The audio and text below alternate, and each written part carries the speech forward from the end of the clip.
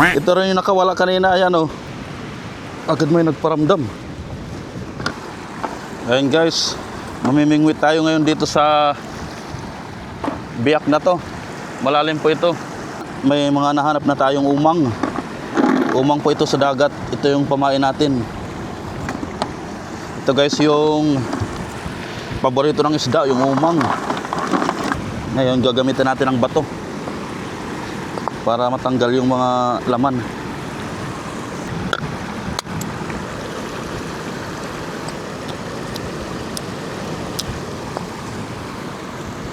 Medyo ingat lang tayo kasi masamang timpla ng dagat.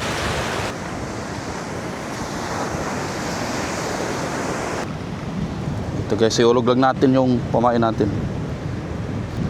Uy, yun. Ay, nakatanggal. Nako.